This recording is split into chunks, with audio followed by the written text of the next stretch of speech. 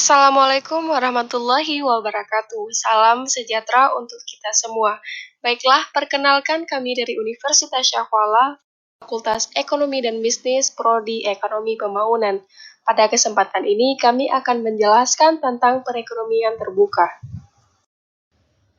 Arus modal dan barang internasional.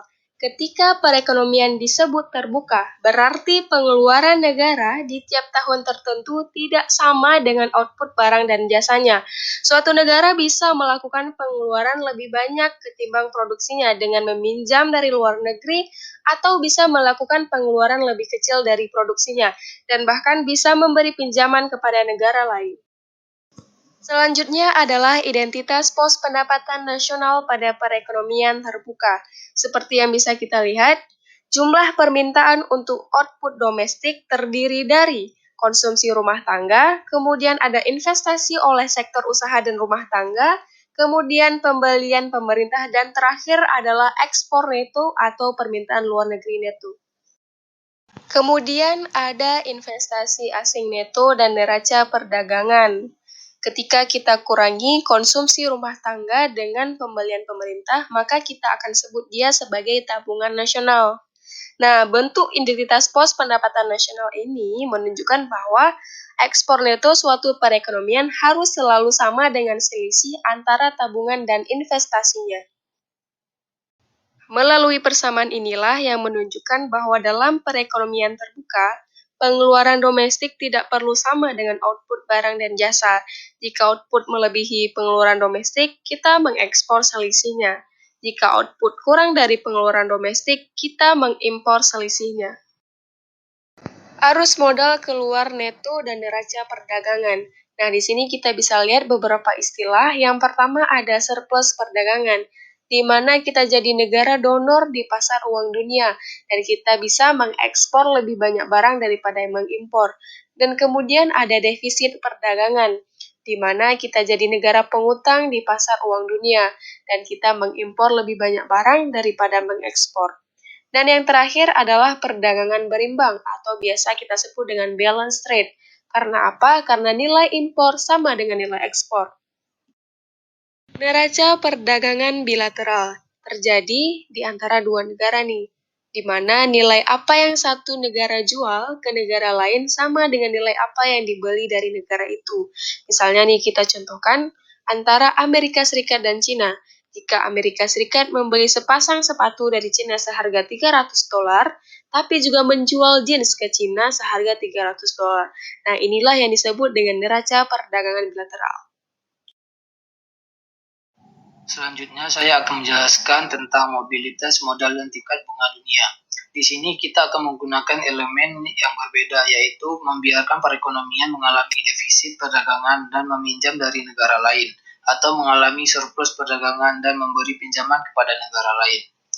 Dengan mobilitas modal sempurna, di sini diartikan bahwa penduduk negara itu memiliki akses penuh ke pasar uang dunia. Biasanya pemerintah tidak melarang untuk memberi pinjaman atau meminjam dari pihak asing. Perekonomian terbuka kecil dengan mobilitas modal sempurna, di mana tingkat bunga di dalamnya sama dengan tingkat bunga dunia R. Dinotasikan R sama dengan R. Untuk modelnya kita ada 4. Yang pertama itu Y sama dengan Y sama dengan F kali KL, yaitu output perekonomian Y ditentukan oleh faktor-faktor produksi dan fungsi produksi. Yang kedua C sama dengan C kali Y kurang T, yaitu konsumsi berhubungan secara positif dengan pendapatan disposable. Yang ketiga itu I sama dengan I kali R, yaitu investasi berhubungan secara negatif dengan tingkat bunga real R. Dan yang keempat itu NX sama dengan Y kurang C kurang G kurang I, atau NX sama dengan S kurang I, yaitu identitas pos pendapatan nasional diekspresikan dalam tabungan dan investasi. Dengan mensubstitusi 3 asumsi dari bab 3 dan asumsi bahwa tingkat bunga sama dengan tingkat bunga dunia R, yaitu NX sama dengan Y kurang C kali Y kurang T kurang G kurang I kali R, atau NX sama dengan S kurang I kali R. Persamaan ini menunjukkan bahwa neraca perdagangan ditentukan oleh selisih antara tabungan dan investasi pada tingkat bunga dunia. Selanjutnya saya akan menjelaskan tabungan dan investasi dalam perekonomian terbuka kecil. Di perekonomian tertutup, R menyeimbangkan tabungan dan investasi. Di perekonomian terbuka kecil, tingkat bunga ditentukan pasar keuangan dunia. Selisih antara tabungan dan investasi menentukan neraca perdagangan. Di kasus ini, karena R di atas R tertutup dan tabungan melebihi investasi, ada surplus perdagangan. Jadi pada perdagangan berimbang, kenaikan tingkat bunga dunia karena ekspansi fiskal luar negeri menyebabkan surplus perdagangan. Jika tingkat bunga dunia berkurang ke R, I akan melebihi S dan akan ada defisit perdagangan. Sekarang kita akan memasuki materi bagaimana kebijakan mempengaruhi neraca perdagangan. Pertama-tama, anggaplah perekonomian berada pada posisi perdagangan berimbang atau balance trade. Dengan kata lain, pada tingkat bunga dunia, tabungan sama dengan investasi dan ekspor neto sama dengan nol. Oke, sekarang kita akan memasuki tabungan dan investasi dalam perekonomian terbuka. Di sini kita akan melihat dari kurva tingkat bunga real atau R-star dengan investasi dan tabungan. Di sini kita lihat ada titik hitam, yaitu titik keseimbangan di mana R menyeimbangkan I dan S. Dan NX adalah selisih antara tabungan dengan investasi. Apabila R tertutup meningkat menuju ke R star, maka akan terjadi surplus perdagangan. Sebaliknya, apabila R tertutup menurun menuju ke R star aksen, maka akan terjadi defisit perdagangan. Oke, sekarang kita akan memasuki materi ekspansi fiskal domestik pada perekonomian terbuka. Di sini kita akan melihat kembali tingkat bunga real atau R star dengan investasi dan tabungan. Dan juga ada neraca perdagangan di mana pendapatan nasional dikurang konsumsi atau pendapatan disposable dikurangi pajak, dikurangi pengeluaran pemerintah, dikurangi investasi, atau bisa kita singkat dengan neraca perdagangan sama dengan tabungan nasional dikurangi investasi. Apabila terjadi kenaikan belanja pemerintah akan menurunkan tingkat tabungan nasional. Hal ini mengakibatkan terjadinya pergeseran kurva tabungan ke kiri, di mana dari S menuju ke S aksen. Akibatnya, dari neraca perdagangan akan terjadi defisit perdagangan, di mana investasi lebih besar dari tabungan. Oke, sekarang kita akan memasuki ekspansi fiskal luar negeri pada perekonomian terbuka. Di sini kita akan kembali melihat kurva mengenai tingkat bunga real atau R-star dengan investasi dan tabungan. Ekspansi fiskal di perekonomian luar negeri yang cukup besar untuk mempengaruhi tabungan dan investasi meningkatkan tingkat bunga dunia dari R-star menuju ke R-star 1. Akibatnya dari neraca perdagangan akan terjadinya surplus perdagangan, di mana tingkat tabungan atau S lebih besar dari investasi. Pergeseran kurva investasi pada perekonomian terbuka. Oke, di sini kita akan kembali melihat kurva mengenai tingkat bunga real atau R-star dengan investasi dan tabungan. Pergeseran ke kanan pada kurva investasi dari IR1 ke IR2 meningkatkan jumlah investasi pada tingkat bunga dunia atau R-star. Akibatnya, dari neraca perdagangan, investasi akan melebihi tabungan atau I lebih besar dari S dan akan terjadi defisit perdagangan.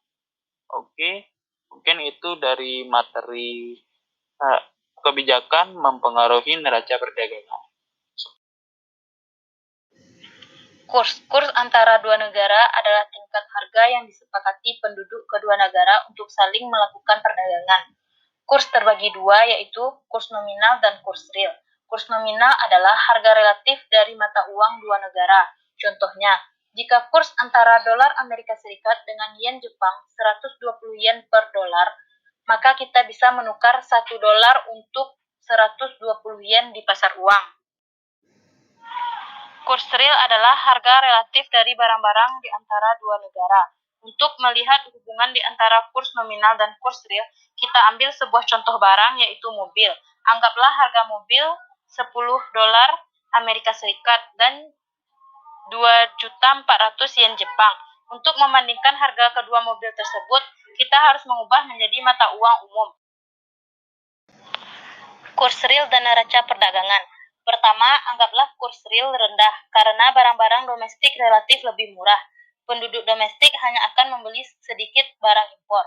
Hal sebaliknya terjadi jika kurs real tinggi, harga barang-barang domestik relatif lebih mahal terhadap barang-barang luar negeri.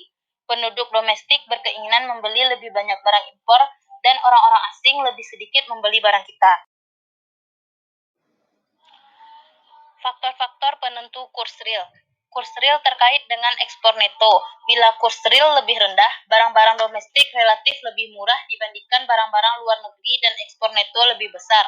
2.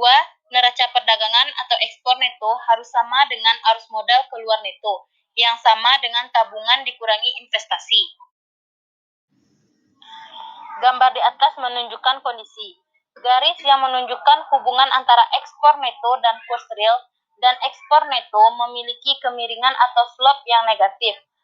Karena semakin rendah kurs real membuat barang-barang domestik relatif lebih murah. Garis yang menunjukkan kelebihan tabungan atas investasi atau S dikurang I terlihat vertikal karena tabungan dan investasi tidak tergantung pada kurs real. Perpotongan kedua garis menunjukkan equilibrium. Dampak kebijakan fiskal ekspansioner dalam negeri pada kurs real. Kebijakan fiskal ekspansioner dalam negeri seperti kenaikan belanja pemerintah AG atau pemotongan pajak mengurangi tabungan nasional.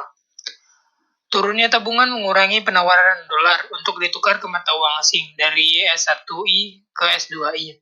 Pergeseran ini meningkatkan kurs real equilibrium dari equilibrium 1 ke equilibrium 2. Turunnya tabungan mengurangi penawaran dolar yang menyebabkan kurs real meningkat dan menyebabkan ekspor neto menurun.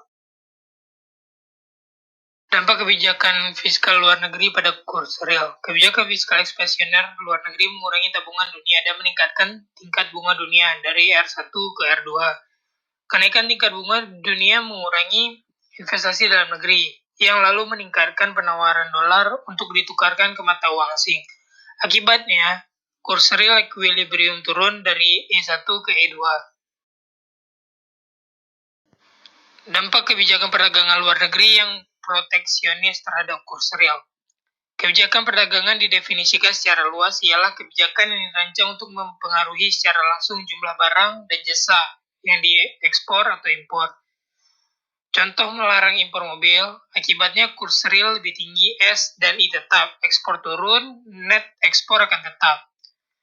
Akan menjadi hambatan perdagangan dan hanya mengubah volume perdagangan, kurs akan turun ke E3.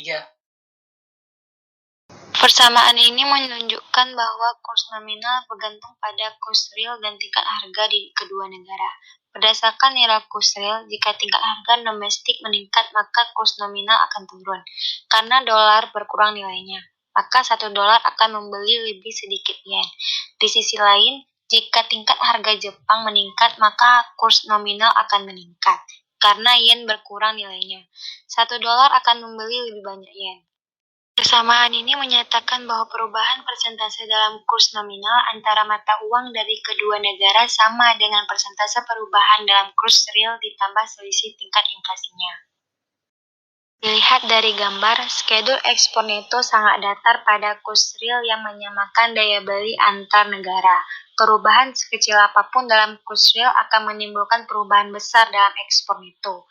Sensitivitas yang ekstrim dari ekspor neto ini menjamin bahwa kurs real equilibrium selalu mendekati tingkat yang menjamin paritas daya beli. Paritas daya beli memiliki dua implikasi. Pertama, karena skedul ekspor neto berbentuk datar, maka perubahan tabungan dan investasi tidak mempengaruhi kurs real atau kurs nominal. Kedua, karena kurs real tetap, maka seluruh perubahan dalam kurs nominal berasal dari perubahan tingkat harga. Amerika Serikat tidak sedemikian besar atau sedemikian terisolasi dari perkembangan yang terjadi di luar negeri. Defisit perdagangan yang besar pada tahun 1980-an, 1990-an, dan 2000-an menunjukkan pentingnya pasar uang internasional untuk membiayai investasi Amerika Serikat. Perekonomian Amerika Serikat cukup besar hingga mampu mempengaruhi pasar uang dunia. Defisit anggaran AS yang besar sering dianggap sebagai penyebab tingginya tingkat bunga real yang melanda dunia pada tahun 1980-an. Modal tidak bergerak sempurna melintasi batas negara.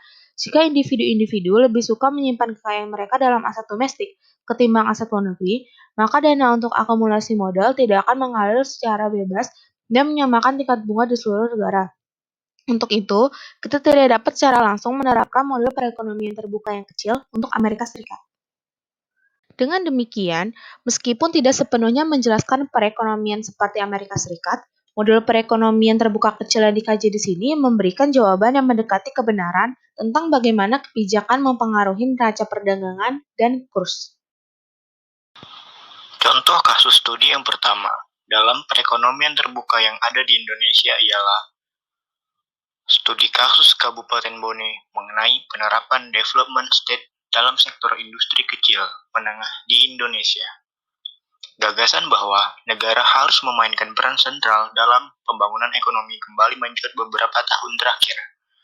Konsep development state merupakan suatu konsep yang memiliki indikator utama, yaitu kuatnya peran pemerintah dalam perekonomian suatu daerah. Peranan tersebut dapat diidentifikasi melalui insentif yang diberikan kepada masyarakat maupun sektor bisnis melalui peraturan administratif, subsidi, proteksi, hingga peninjauan pasar dan kegiatan ekonomi.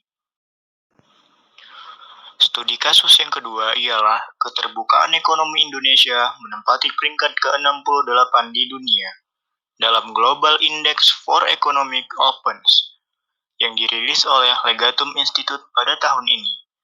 Peringkat Indonesia turun satu tingkat dari indeks serupa yang dikeluarkan tahun 2018, yaitu peringkat ke-67. Indeks yang dirilis secara tahunan ini mengambil contoh studi kasus Indonesia untuk tahun 2019 yang merupakan bentuk kerjasama Legatum Institute dengan KIPS.